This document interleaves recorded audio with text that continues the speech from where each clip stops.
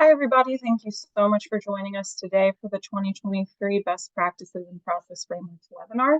My name is Kelly South, and I'm a research manager here at APQC, working in the process and performance management space. Today, we'll be discussing the results from our most recent survey about how organizations use process frameworks. Before we get started, just one reminder, please feel free to use the Q&A feature to submit your questions, and if we can't get to them at the end of the webinar, we'll be sure to address them in our webinar follow-up. And we'll also be recording this presentation, and we'll send a copy of the slides via email. So without further ado, I would like to introduce our speaker for today, Madison Lundquist, the Principal Research Lead for Process and Performance Management here at APQC. Maddie, we're looking forward to hearing what you have to share with us, so please take it away. Thanks, Kelly, and welcome everyone on the call today. We've got people from all over the world, different time zones, so thank you everyone for being here today. I'm excited to share a little bit about the results from our recent framework survey and share some different resources we have at APQC as well to help organizations along their framework journeys. Throughout the webinar, as I mentioned, I'll be sharing some different resources, and Kelly's going to help me by pasting those links in the chat. So if you want, you can copy and paste and get to those URLs right away. But as Kelly mentioned, we will be sharing a link to the slides, and all the hyperlinks will be in there. A little bit of a roadmap for where we're going today. We're going to talk about how organizations use a framework, apply and implement a framework, as well as challenges and benefits that organizations experience when applying or implementing their frameworks. So our first section on using a framework, before we jump in, I just want to cover the basic question. What is a framework? A reminder here is the framework lists what work gets done. It does not show how the work gets done. APQC's framework, the Process Classification Framework, or more commonly known as the PCF, is just one example of a framework. And today's webinar focuses on the use of frameworks in general, not exclusively the PCF, but I wanted to let everyone know what that acronym means because I'll probably use it quite a bit throughout today's webinar. Moving into a little bit of data from our survey, about 3 out of every 4 organizations use a framework, with the majority of respondents using APQC's PCF, followed by ITIL and SCORE. If there's another framework you're using that's not listed here, I encourage you to add it into the chat. Maybe you'll find a peer to collaborate with on how to best use your specific framework. And I would just love to see what other frameworks people are using if it's not one here.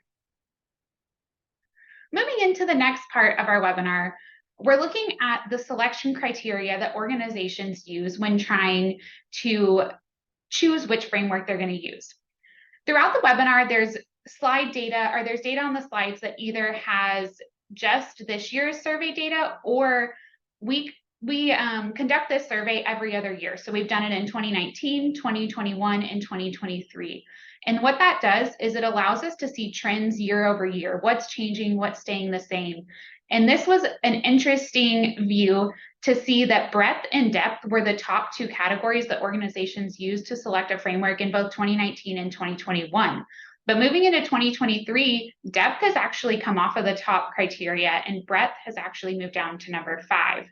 Instead, organizations this year are really looking at 3 key questions.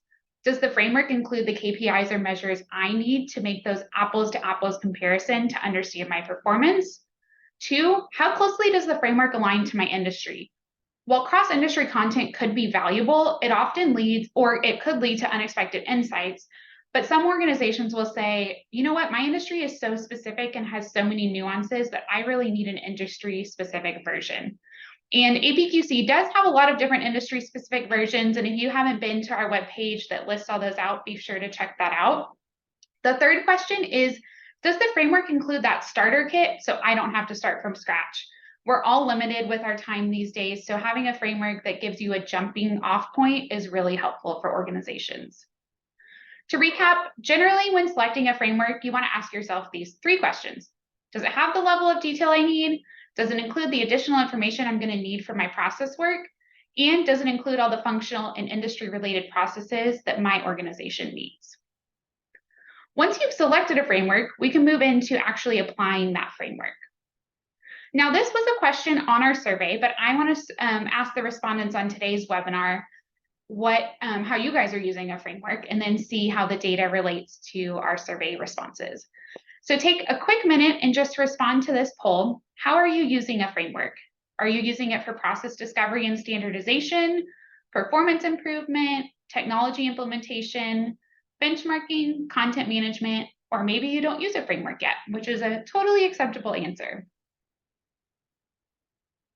So I'll give you guys just a few more seconds and then we'll show the results.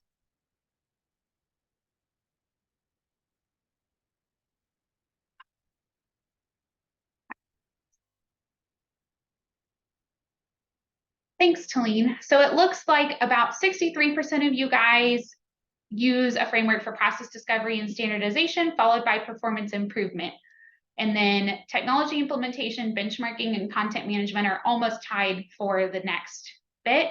And actually 1/3 of you guys today don't use a framework on the call. So hopefully this is a great starting point for organizations to learn how they can use a framework. I'm gonna go ahead and move on. And sorry, got a little click happy there. So as you can see, the responses to the poll fall in line with our survey data. Organizations primarily focus on process discovery and performance improvement when they're applying a framework. But what I want to note, and what I found super interesting, is that in 2021 and 2019, process discovery was 91% of organizations' applications. But that has fallen to only 69% this year. And now process discovery and performance improvement are almost tied for those number 2 applications. And throughout these next few slides, I'm going to dig into the process discovery and the performance improvement applications of a framework. But that's not to say that technology implementation, benchmarking, or content management aren't important. So looking at process discovery, organizations will leverage the framework to help build process maps or models, identify current processes, create those process definitions, or even document business capabilities. And the nice thing about a framework is it provides that ready-made library so that organizations don't have to start from scratch. I included quite a few links here, and as a reminder, you'll get a copy of the slides after the webinar, but this is a great starting point for organizations to use the framework for process discovery. So be sure to check those resources out. Now I'm going to move into performance improvement, which has risen to more of a priority this year than years past. Looking at the data and remembering that the goal of process management is to improve performance, right? Whether you're wanting to improve cycle times, maybe boost employee satisfaction, or any other goal, organizations engage in process management to improve something. And without a structured approach, you could risk those random acts of improvement that may seem like a good idea at first, but either upstream or downstream could cause a ripple effect that you may not be happy with. Process frameworks, remember, help organizations enhance their improvement efforts. So let's dig into how organizations use frameworks in their performance improvement efforts. There's 4 common areas that organizations utilize frameworks for. The first being making the leap from standardization to improvement. The second could be objectively measuring the successes of improvements. Third, prioritizing their improvement opportunities. And fourth, managing those different process variations. Sorry, I'm looking at chat to see if there's any immediate questions. All right, I saw one asking about insights for the shift of top prioritized criteria from 21 to 23, and I'll make sure we get to that at the end of the webinar. Didn't want you to think I missed your question.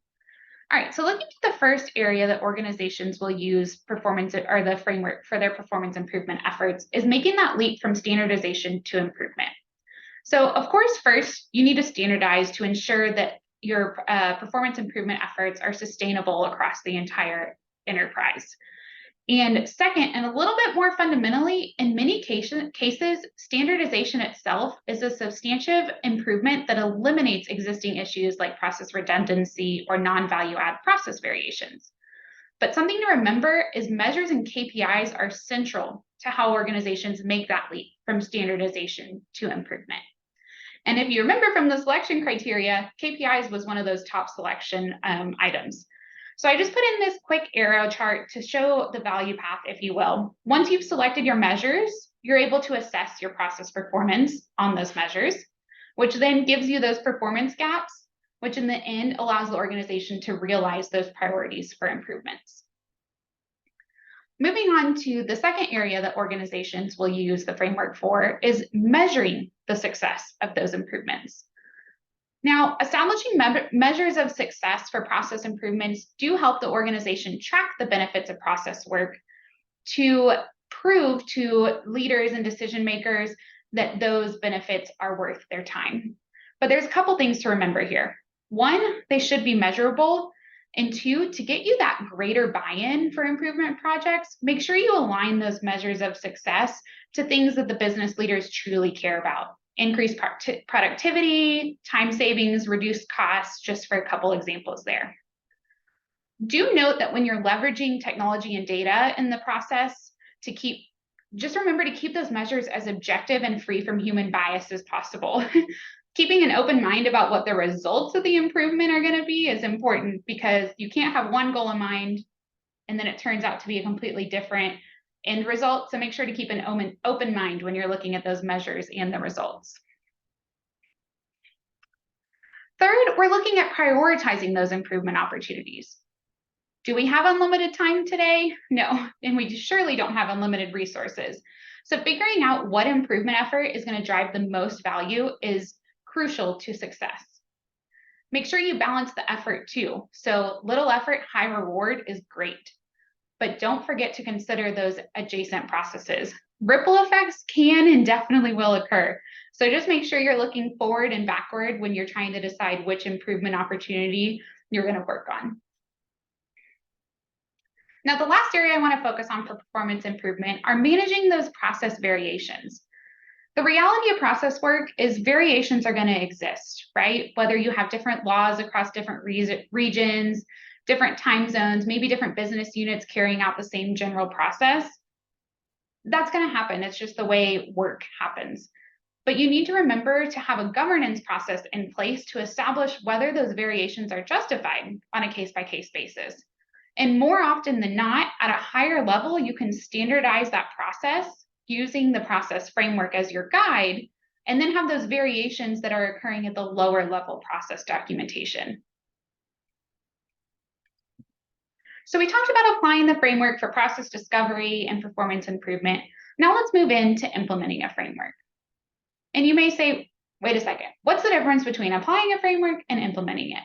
Well, the applying part of our survey data was looking at what organizations actually use a framework to do within their organization, versus the implementing a framework piece is looking at how organizations adopt the framework and embed it into their organization. So digging into the data a little bit, we asked survey participants what steps they use when implementing a framework. And the top two were, 1, document and standardize processes, and 2, improve processes, which align pretty closely with the applications of process frameworks question as well. So again, how I looked at the top two, the performance improvement and process discovery, for the implementation, I'm also going to look at the top 2 steps used, which is document and standardizing processes and improving processes. But that, again, does not mean that establishing governance, training your employees, or monitoring performance are not important. Looking at the document and standardizing process steps used in framework implementation, there's a lot about process maps. And maps tangibly illustrate how a process occurs and work happens, like we talked about earlier. The framework is what we do, and the map is how we do our work. So as we talked about, like I said, the frameworks serve as a starting point for organizations so they don't have to reinvent the wheel. When organizations begin to map and visualize how their processes flow and interact, the organization can better coordinate those improvement opportunities, choose their measures, resolve conflicts, and more. Most directly, maps help reveal those non-value added tasks. There's one key thing, and it's the last bullet here, that you only need to map the relevant processes. I've seen some organizations that will go and map every single process.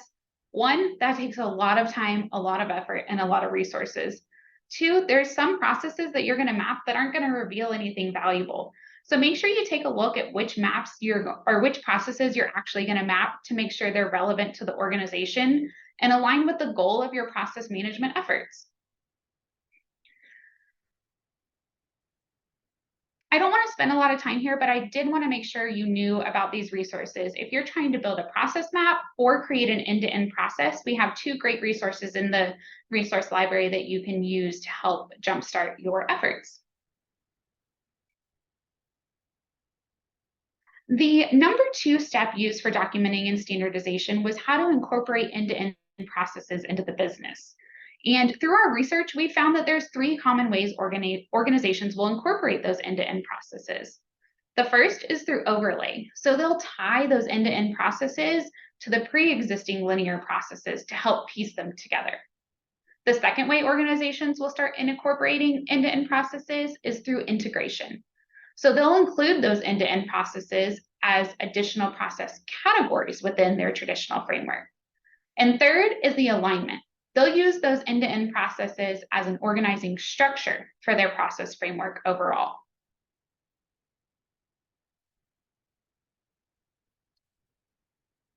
Now, looking at the second most used implementation step was improving processes. So current state assessments help organizations identify those gaps, understand the variance, and really what they do is provide a baseline for process improvements and performance management, as well as help engage those employees to think in process terms. We all know it's hard to get buy-in for process these days. And so maybe doing this current state will engage those people that are a little on the fence of whether or not process is important. And you may start asking, well, I want to do a current state assessment. How do I start? There's a few different methods organizations use for assessing their current state. And it's important to find the right method because it could vary depending on the amount of time and information you have available, your business's process maturity, and the amount of employee engagement that's necessary. So although there's these 3 methods individually, most organizations that we've seen the largest success from do them in a conjunction with one another. And this table just does a nice job of laying it out so you can kind of pick and choose which method's going to work best for you to assess that current state. You look at the benefits of each of them, the disadvantages, and then look at the buy-in. Do you need moderate or high buy-in? Then you should probably consider workshops. However, they're super time consuming. So it's about balancing your needs with the actual time and resources available to you to pick the right method or the right combination of methods. We've talked about applying a framework, implementing a framework. Now, what about the challenges and benefits that organizations encounter when working with frameworks? Looking at this data, the trends have stayed the same in terms of number 1, number 2, and number 3 top challenges, and that's buy-in and engagement, alignment, and purpose. And then the last one as well. And I'm sorry, there we go, limitations of the framework. A pop-up box on Zoom was in the way. Sorry about that. So looking at the research from the framework survey, and then we had actually just wrapped up our change management survey, it was interesting to see that 2 of the top implementation challenges fall in common with our change management research. So I've pulled in a little bit of research to help organizations combat these challenges. And the first one is looking at just engagement in general.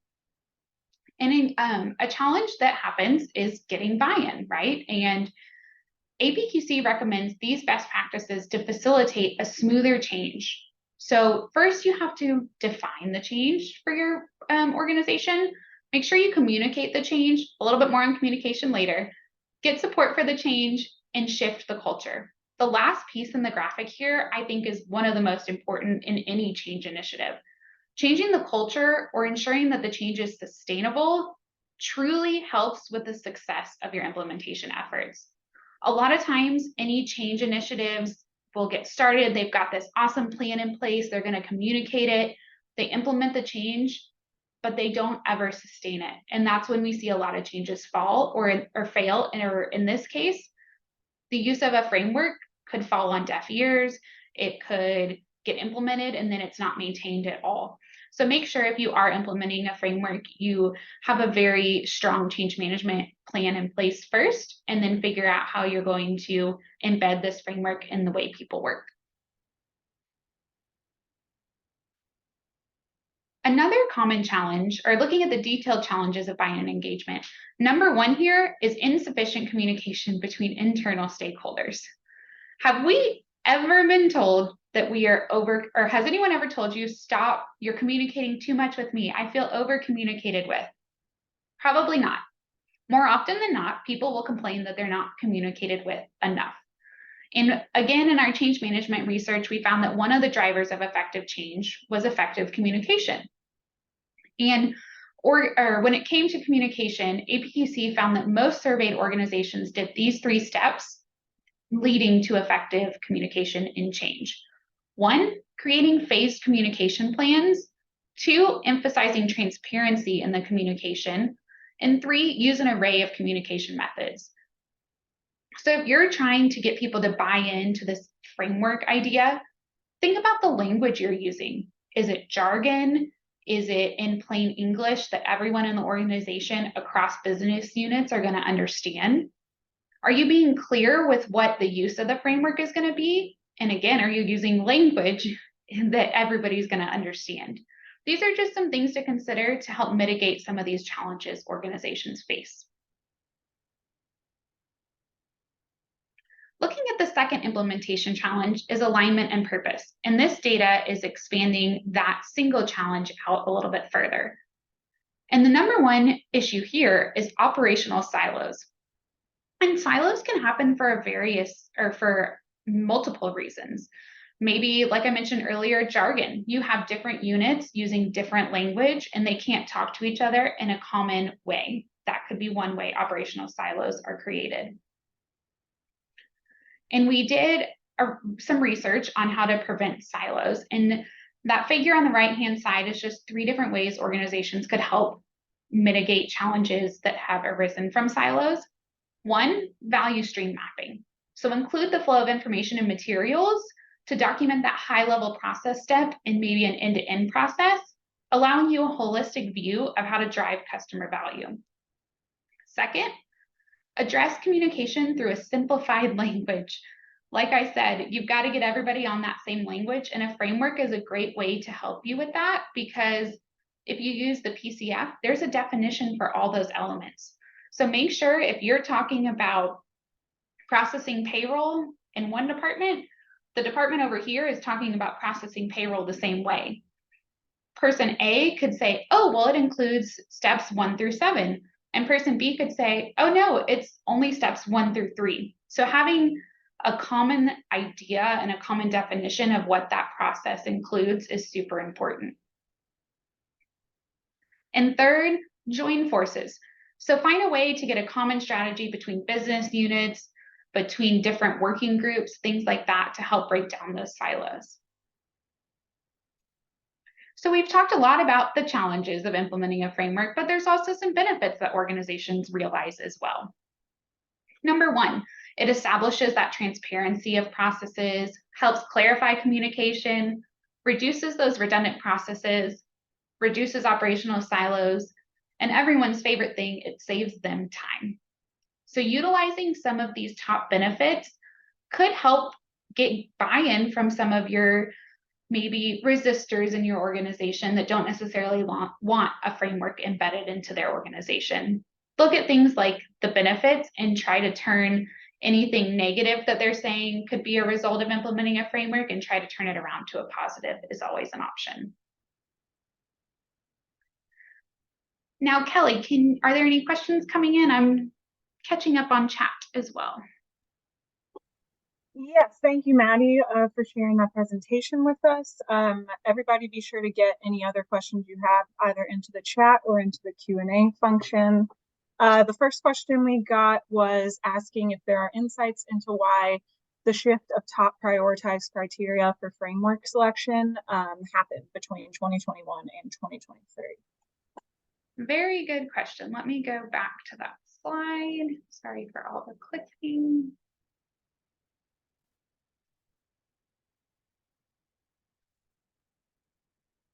Almost there. Okay. Look at this here. And you're asking from 2021 to 2023. My thought there is that today we're trying to improve efficiency across the board, right? We want to do everything for less money, with less time, with less resources. So I think that a lot of people are looking at benchmarking and trying to figure out how other organizations are doing it. And so that inclusion of suggested KPIs and measures makes sense for me there, because organizations are trying to benchmark themselves, number one. Two, they're being told, hey, we've got to hit mark XYZ. How are we going to get there? So if the framework already provides those KPIs and measures, it gives them a starting point. And then the industry specificity, moving up there in priority, I think has to do with everyone is getting into a niche area. So having something that works for themselves is super important. Great, thank you. We got a couple of questions, and it was before you had hit on your end-to-end processes slide, so you might have already answered them for the participant, but wanted to bring them up. Just asking about how to combine the PCF when using end-to-end processes and other considerations with designing. Yeah, good question. So I think it depends. If you remember that slide, and I have it here, so I don't have to type through all of them again, those three areas that people tend to implement or incorporate the end-to-end processes. So either aligning it, overlaying it, or integrating the end-to-end processes. I think you need to talk with your organization and decide what is the goal of matching the end-to-end processes to your framework. Do you want it to help structure the use of your framework? Do you want to tie some processes together by using the end-to-end processes? I think you need to start there first. And then we are actually about to update an article that ties building process maps specifically with PCF language. So look for that update in the resource library soon. And I think that'll help answer your question as well.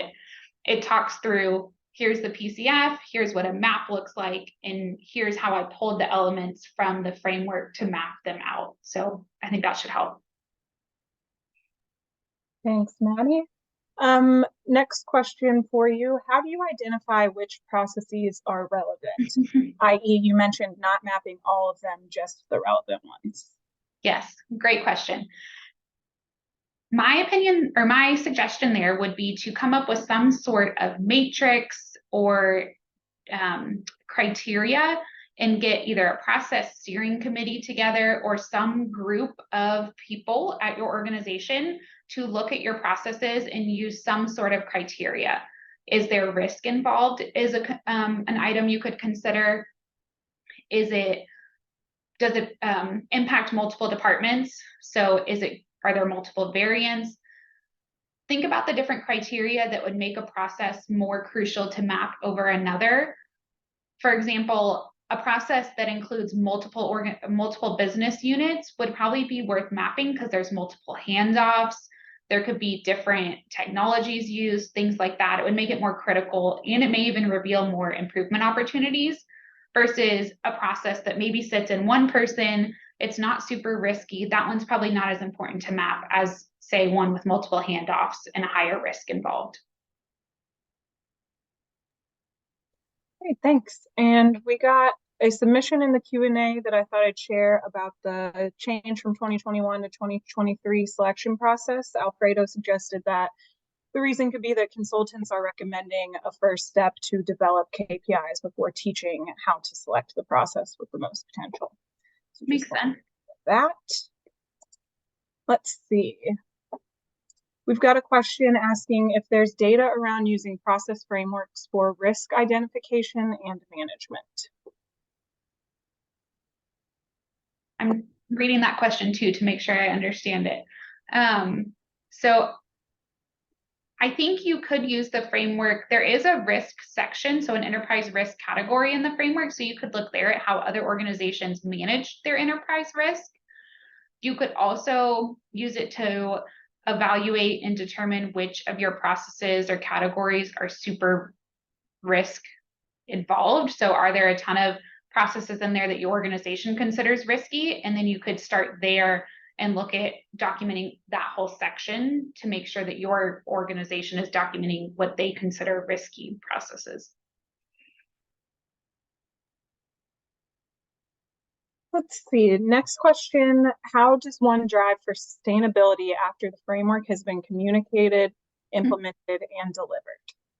That is a very good question. And a lot of that depends on your organization's culture.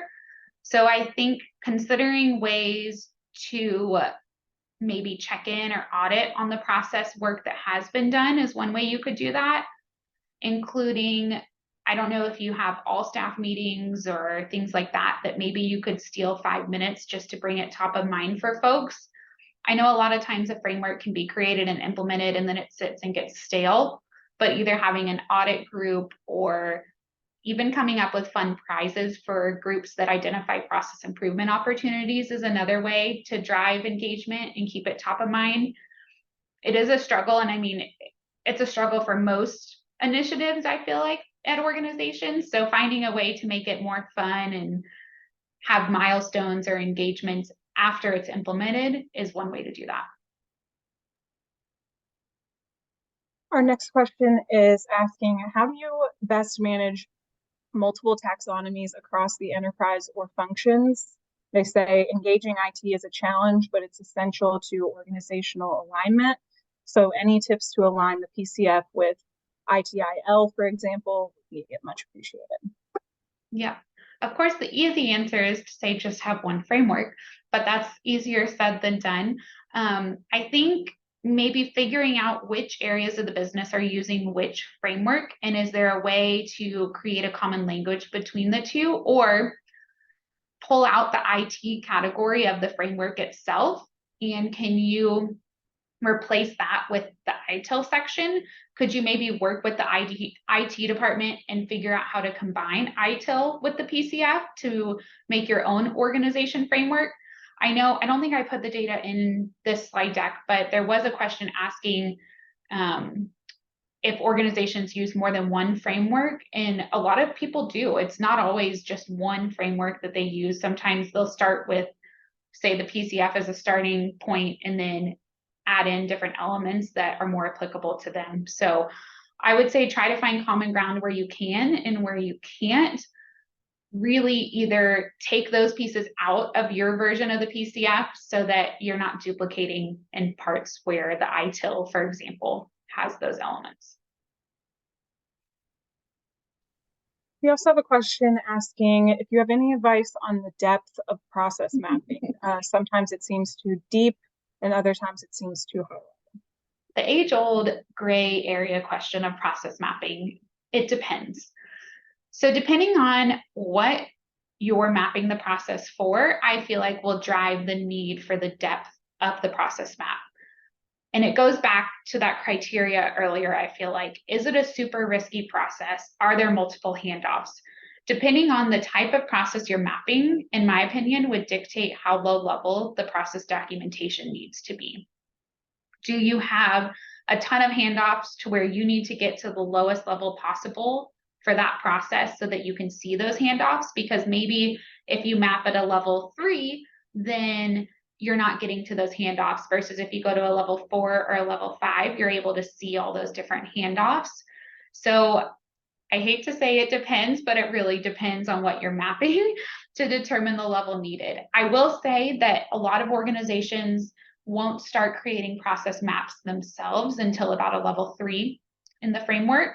The level 1 and level 2 are more high level and just show connection, not necessarily order of events. And then when you get down to level 3, 4, and 5 is where you see those process maps and desktop procedures and things like that.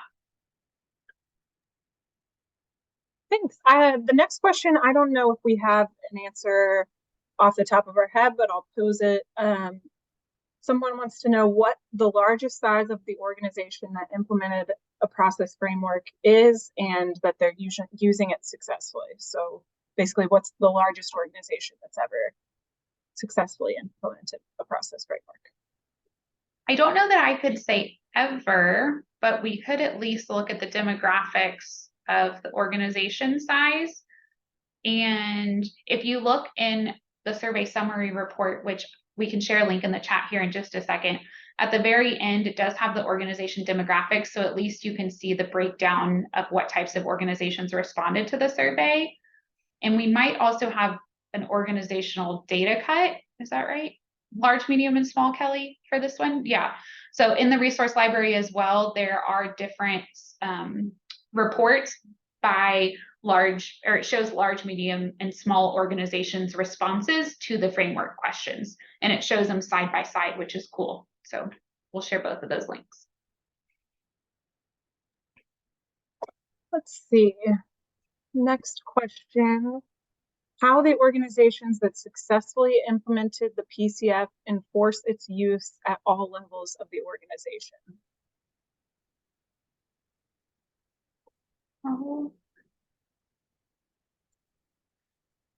Good question. So I think a lot of that falls back on process roles in the organization. So making sure you've established different process owners, process stewards, process steering committees to be your enforcers, for lack of a better term, of the PCF use. And that also goes back to the sustainability question, you know, how do you embed the PCF truly into an organization?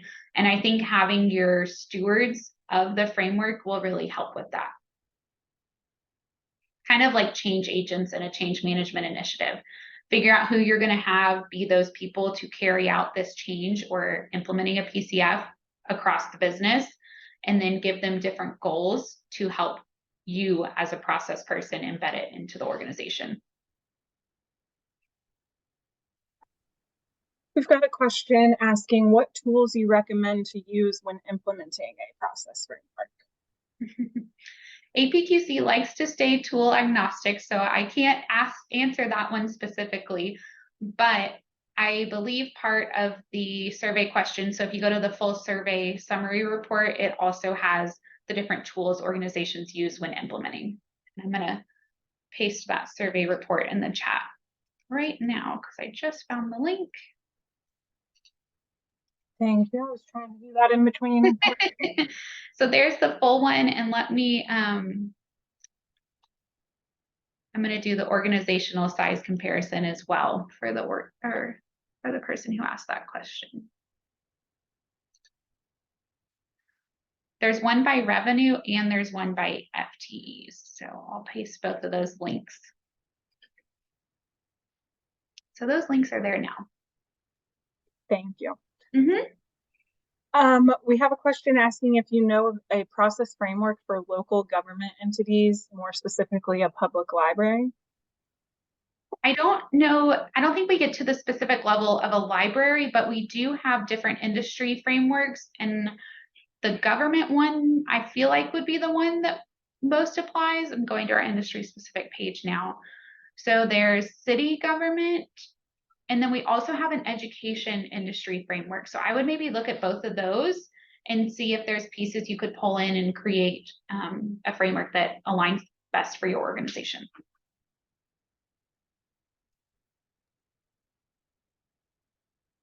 Let's see, next question. Is it more preferred to do a value stream map or a process map? They say, is it aligned with the importance of the process? Good question. And when I see value stream, I think end-to-end process. So I think it depends on what level that you're doing this map for. At a higher level, I would choose that end-to-end process as your starting point, and then dig deeper into it and do process maps for those sub-level processes.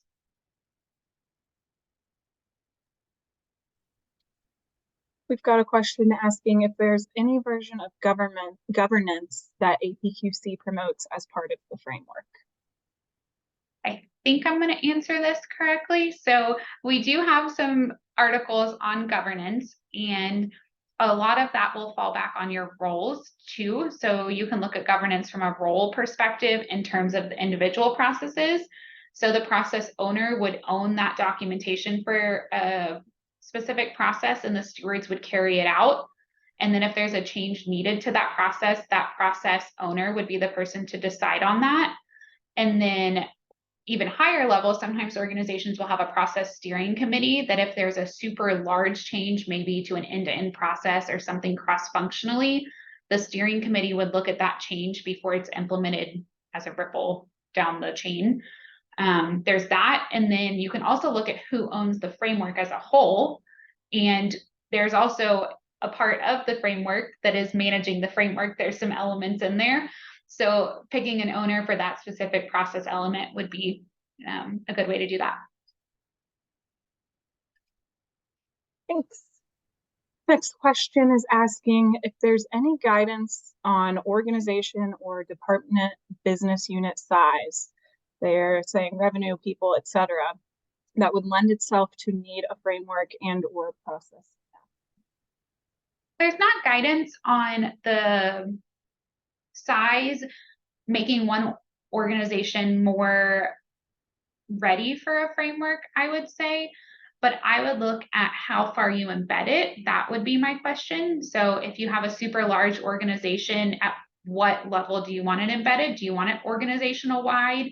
Is it maybe reserved to just one business unit? That would be a consideration. And actually that both the revenue cut, the organizational revenue size, and the employee organizational size data cuts will show you how much the framework is implemented or embedded across the organization. So that would be a great place to start if you're trying to figure out for your own organization how embedded you want it to be. Okay, next one is asking, actually I'll ask this one because it's similar to one of the questions you just answered. Someone in the chat is wondering how you would describe the difference between mapping business capabilities versus business processes, similar to the value streams question. Yes, great question. And I feel like that is a large debate in the process community, capabilities versus processes, and it could depend who you talk to. But a lot of times people will say that those processes are what enables the capabilities. So you map the process as a starting point, which then gives your capability its ability to perform. So I would say map the processes first, and the capabilities is more the free flowing part. Someone is wondering what advice you can give to someone who is in the middle management role and wholeheartedly believes in the benefits of the PCF. They're wondering what the best way to approach top management is and how to get their buy-in. Great question. One, I would look at some of our change management research on getting leadership buy-in, because that'll give you some tips there. Specifically for the PCF, I think aligning what benefit you think the PCF is going to drive to your organization to your organization's specific strategic initiatives is super important. You need to figure out what value you think the PCF is going to bring to your organization, and then look at what your organization's vision, mission, goals are, and figure out how to align those to a common purpose. And I think if you can do that, along with learn some tactics on managing up, as they say, that may get you to a point that you might be happy with. Relatedly, our next question is asking how you build a business case to justify the investment into process development and management, which you sort of touched on just now, but if you have anything you want to add there.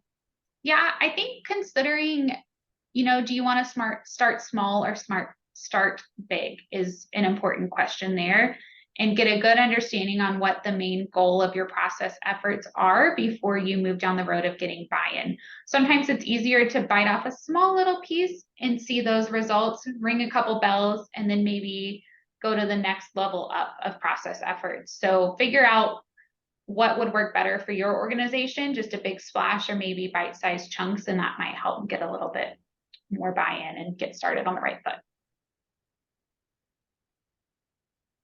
Let's see. We've got a couple questions asking about BPMN. We've got one asking, what about using BPMN or EPC? Is it recommended to use both in the same organization? And someone asked, what notation for process modeling do you recommend? For instance, BPMN. Gotcha. We don't do a ton of articles and stuff on the BPMN because that's the notation that organizations will use to map the processes that came from the framework. So I would suggest looking in your community of a technology that you use to get some more specific answers there. We have one question asking how APQC can help implement the PCF for non-members. I don't know if you have any free resources that we can share there. Yeah, I would definitely look at the collection of how to apply process frameworks. There's a lot of different resources there on how organizations use the framework. There's also a collection in the resource library with case studies. And then if you do need help, email me, reach out to me. We're happy to help or get you connected with someone that can help you for sure. Thank you. I think we've covered the big questions, unless you see any other open ones, Maddie, that you feel strongly about answering in the Q&A chat. There's one about they're designing end-to-end processes, for example, procure to pay, but we don't have a process architecture designed yet. What do you recommend us to start with? Before you get started on the path of designing your end-to-end processes, I think you really need to figure out the scope. Are you mapping every end-to-end process? Are you just starting with procure to pay? And then we actually have a procure to pay end-to-end map example that you could use. It also suggests measures that organizations can use for that procure to pay end-to-end process. So that would be a good starting point. Of course, there's variations in all end-to-end processes, but we tried to keep it at a level that would be most applicable. So I would suggest starting there. And then I did see one other question, and then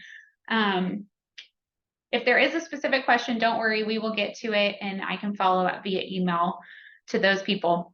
But there is a question about if we know of a process framework specific to HR, and I would look at that HR category in the PCF. It's there's a ton of process elements related specifically to HR. So while it's not an HR framework overall, look at that HR section of the PCF as a starting point.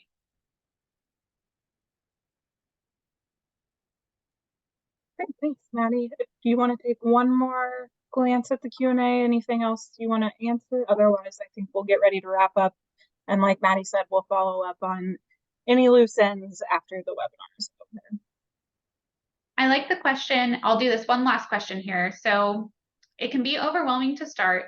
Is there a step 1, step 2, step 3 that those of us who aren't members could reference on how to stand up a good framework? I think looking at the frameworks page, and again, that how to apply process frameworks, there are some public resources in there, is a really good place to start. I feel like I've said this a few times, so I don't mean to just keep repeating myself, but understanding the goal of your process efforts is really important, and I think would then drive those other steps and those other documentation efforts you're going to make. Is your goal to map one category, or is your goal to map the entire organization's relevant processes, things like that? I think that's super critical to your success. First, establish the scope and figure out what your goal is and go from there. Great, thanks, Maddie. We will leave it there, and be sure to follow up via email with the slides and the recording, and we'll also be putting out a summary of the webinar, and make sure to touch on any of the unanswered or open questions that are in that chat. So to learn more about this topic, you can visit the resources that are on the slide. And like I said, you'll get these slides via email shortly, so you can click them that way. And also, please be sure to join us for our future and upcoming events. We have a couple of webinars and roundtables planned for September about unlocking automation excellence and picking the right measures. And we are planning an October change management panel discussion as our webinar for that month. And more information will be coming out about that shortly as well. So please keep an eye on apqc.org/events, where all of our webinars and roundtables are posted to keep up with us that way. Like I said, you'll get a copy of the slides and presentation. And also, please be sure to take our webinar satisfaction survey that will pop up on your Zoom screen after the webinar closes. So thanks again to everyone for joining us today. Thank you, Maddie, for taking the time to present on our research findings. We really appreciate your all's support, and have a great rest of your day. Thanks, Kelly. Thanks, everyone. Thanks.